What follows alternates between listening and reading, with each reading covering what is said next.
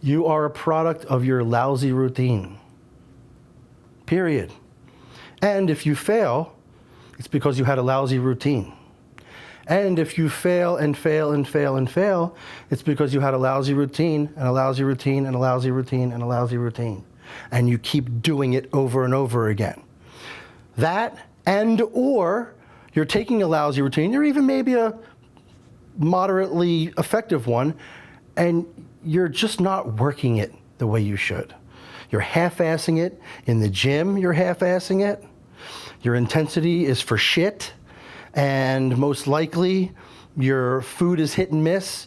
You really got to take a good look. First of all, changing your body is not easy. It never has been, and it never will be. You need a good, solid daily routine, and you need to be on it like it's a second job, which means you need to pack your food, you need to have a grocery shopping day, and you need to do that every week at that day and take exactly what you need for the entire week. You need to prep your foods, you need to eat according to when you're supposed to eat and how much you're supposed to eat, and you need to do that every day until you're where you need to be. If you fail and you fail and you fail, I have a feeling it's a combination of you don't know really what it takes to change your body, and even if it was put in front of you, you're not working it the way you think you are or the way you should.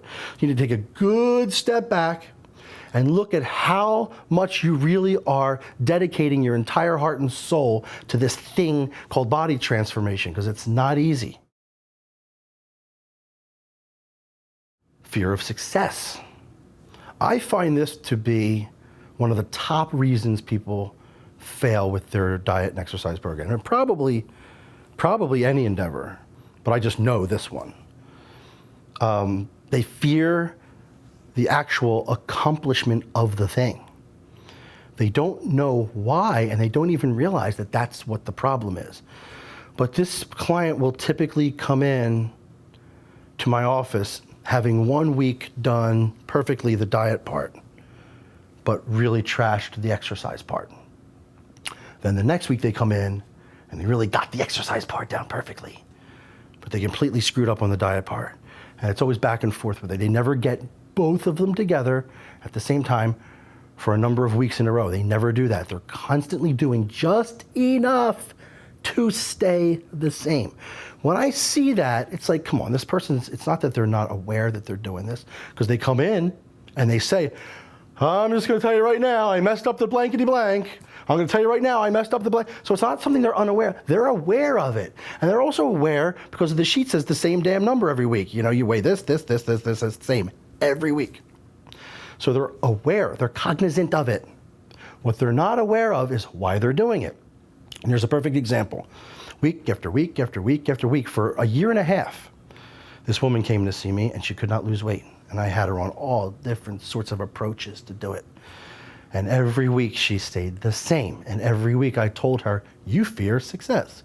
She's like, I do not. I want this really bad. No, you don't. You don't want it really bad. Yes, I do. I want to lose this weight. No, you don't. You don't know why you don't, but you really don't. Yes, I do. No, you don't. Yes, I do. No, you don't. Went on and on and on and on. For seriously a year and a half, we went back and forth with this. I insisted that she feared what was on the other side of losing that weight. She claimed it was absolutely preposterous, and she didn't fear what's on the other. I said, you do. You need to do some soul searching. So it got to the point where she was so frustrated with not losing the weight, she broke down in tears in my office one day. And I said, look, go home and seriously search your soul for what's going on here.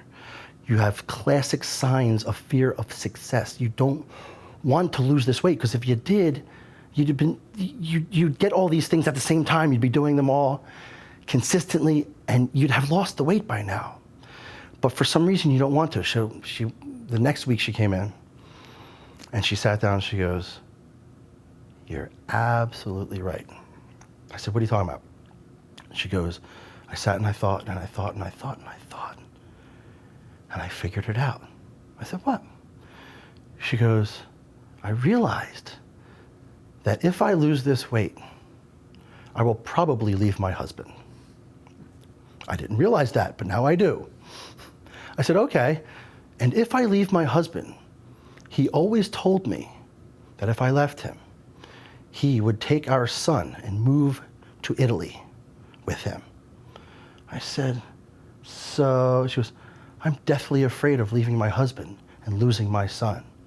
And you equate that with losing this weight, don't you? She goes, yes. I said, how the hell are you supposed to put your heart and soul into a diet and exercise program when the end result for you is losing your son? There's no way you're going to come in here and lose weight. But she didn't realize it. Now, that's one example. But that is fear of success. And I'll be honest with you, when I have dug into people's psyche, I find that for some reason they fear what's on the other end of the weight loss. Not the weight loss itself, but what it means and what it'll mean to their lives and what impact it'll have on the other side. Sometimes, and a lot of the time, most of the time, they're not even aware of it. So once they're made aware of it, then they have a decision to make, and a choice can be made armed with that knowledge. But before then, they're just spinning their wheels, and they're missing just enough of the key things to keep them right where they're at. And that's going to go on forever and ever. The solution is to figure out what the problem is. I made her soul search. I made her realize the problem. And then at that point, she's either got to make a choice. I can no longer live being 300 pounds and fearing losing my son. I'm going to have to either just learn to live with 300 pounds or see what really is on the other end of it. See if that's really what's on the other end of it. But one thing's for sure, not knowing is a one-way ticket to nowhere.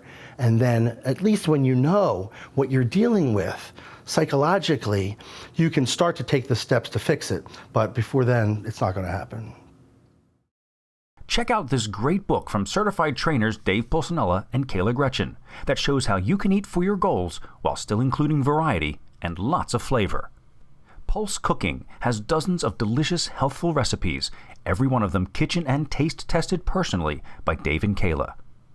If you've been following a fitness regimen and finally seeing the results of all your hard work pay off, incorporate these recipes from Pulse Cooking into your plan and watch the results continue. Just click the link below to be taken directly to the purchase page.